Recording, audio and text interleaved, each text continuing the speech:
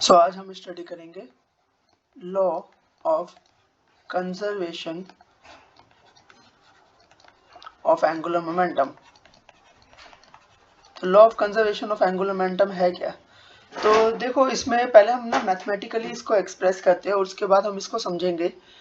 Okay, तो mathematically क्या होता है कि जो टोटल नेट हमारा टॉर्क होता है किसी भी ऑब्जेक्ट पे, किसी भी बॉडी पे, वो क्या होता है? जीरो। तो न्यूटन का सेकंड लॉ ऑफ मोशन क्या कहता है रोटेशनल मोशन में? वो कहता है कि जो टॉर्क है वो क्या होता है? डी एल बाय में D T, means torque is given by change in angular momentum with respect to time. तो टॉर्क हमारा जीरो है, तो change in angular momentum with respect to time भी क्या होगा? जीरो। तो इससे हमें क्या पता चलता है कि जो एंगुलर मोमेंटम है वो क्या है? कांस्टेंट है। एंगुलर मोमेंटम कांस्टेंट है, इसका मतलब क्या हुआ कि जो इनिशियल वैल्यू होगी एंगुलर मोमेंटम की वो फाइनल के इक्वल होगी किसी भी इंस्टेंट ऑफ टाइम पर। ओके, तो हमें पता है कि angular momentum is given bye I omega. तो आई क्या है? यहाँ पर आई है movement of inertia of the body and omega क्या है? Angular velocity. तो एल हमारा कांस्टेंट है, तो हम यहाँ से आई का फॉर्मूला क्या लिख सकते हैं, या फिर ओमेगा के लिए फॉर्मूला क्या बना सकते हैं? L by I.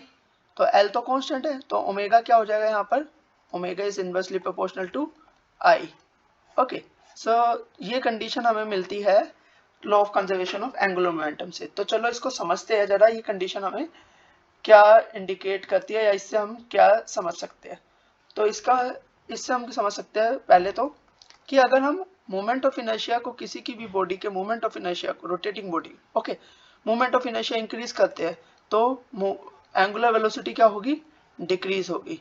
And vice versa, means अगर मोमेंट ऑफ इनर्शिया डिक्रीज किया जाता है किसी भी बॉडी का तो एंगुलर वेलोसिटी इंक्रीज होती है। तो ये जो केस है, ये सेम सिनेरियो हमें देखने को मिलता है हमारे सोलर सिस्टम में, जहां पर हमारा जो सन है वो सेंटर पे है या फिर फोकस पे है, और जो भी सारे प्लैनेट्स है वो एलिप्टिकल ऑर्बिट में इसके अराउंड रोटेट कर रहे हैं। Okay, so this is the elliptical orbit and this is sun. Okay, ये डिस्टेंस हम मान लेते हैं, नियर पॉइंट जो है r1 ले लेते हैं और फार पॉइंट डिस्टेंस ले लेते हैं r2 को।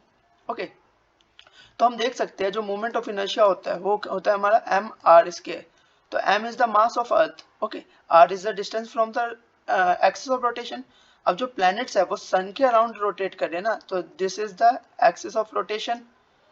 ओके, तो इस पॉइंट पे, नियर पॉइंट पे जो रेडियस डिस्टेंस है वो क्या होगा? r1, और फार पॉइंट पे क्या होगा? r2 होगा।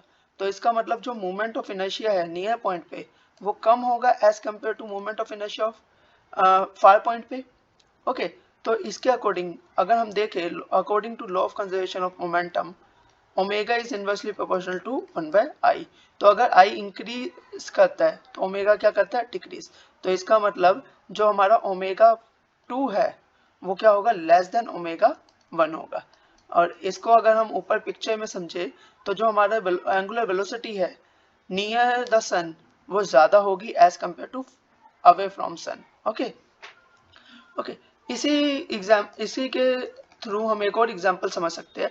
अगर एक बॉडी है, यानी कि अगर कोई इंसान है जो कि अपने दोनों हाथों में डंबल लेके खड़ा है, ओके, और उसने हाथ बाहर की तरफ फैला रखे हैं और वो रोटेट करता है, ठीक है, ये उसकी एक्सिस ऑफ रोटेशन है, वो रोटेट करता है। लेट इसका मोमेंट ऑफ इनर्शिया 1 है इस टाइम पर।